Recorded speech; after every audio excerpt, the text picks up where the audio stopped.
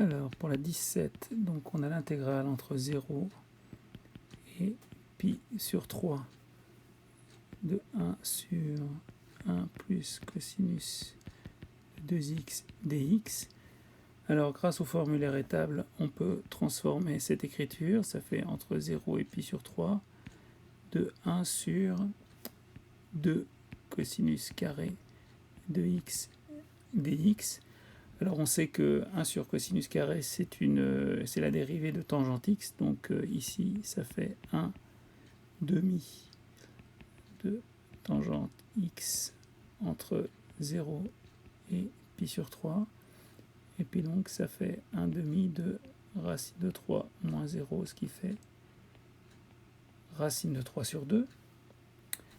Alors la 19,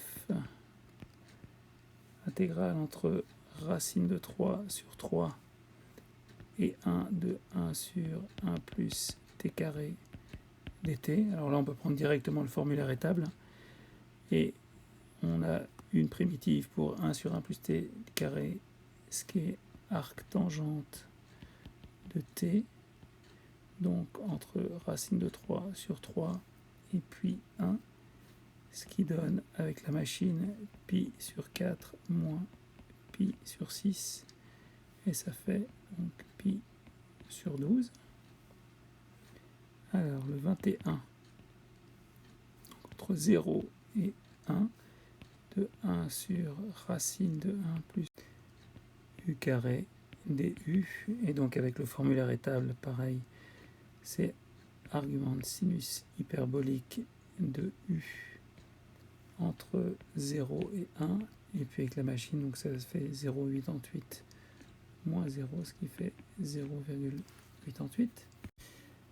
Alors la 23, donc c'est l'intégrale entre 0 et 3 de x sur 2 racines de x plus 1 dx.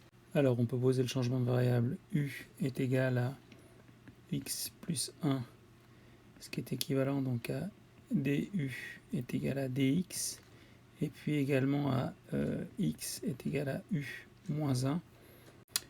Alors ici ça devient donc 1 demi de, alors on doit changer les bornes de l'imprimante, c'est entre 1 et 4 de u moins 1 sur racine de u du. Donc ce qui donne, si on divise chaque terme par racine de u, ça fait donc u puissance 1 demi, et puis donc 1 sur racine de u, donc entre 1 et 4 du. Et donc ça, si on intègre, ça nous donne 1 demi de, alors pour u puissance 1 demi, c'est 2 tiers fois u puissance 3 demi, et puis pour l'autre c'est 2 racines de u, et puis donc entre 1 et 4, ce qui nous donne u puissance 3 demi sur 3 moins racine de u entre 1 et 4. Et donc l'application numérique, ça fait donc 8 tiers moins 2 moins 1 tiers moins 1, ce qui fait donc 4 tiers. Alors on avance, hein. On continue, donc le 25, donc entre pi sur 2 et 3 pi sur 2 de sinus carré x cosinus x dx. Alors on peut poser le changement de variable u est égal à sinus x, et donc du est égal à cosinus x dx, et donc ici ça devient u carré du, et puis pour les bornes, donc là ça devient plus 1, et puis ici moins 1, et donc ça fait 1 tiers de u au cube entre 1 et moins 1, ce qui fait donc 1 tiers de moins 1 moins 1, et ça fait moins 2 tiers. Alors le 27, on a l'intégrale entre 0 et 4 de x fois racine de x2 plus 9 dx.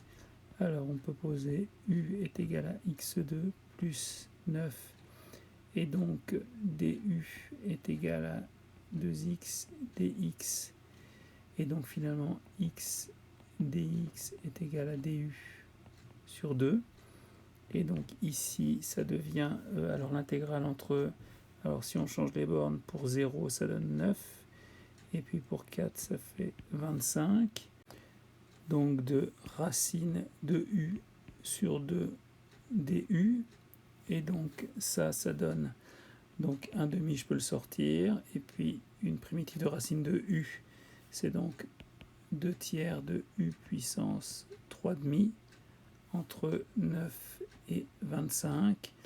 Alors donc ça peut se simplifier, et donc ça donne 1 tiers de, alors pour 25, ça fait donc 125, et puis pour 9, ça fait 27, et donc ça donne 98 tiers.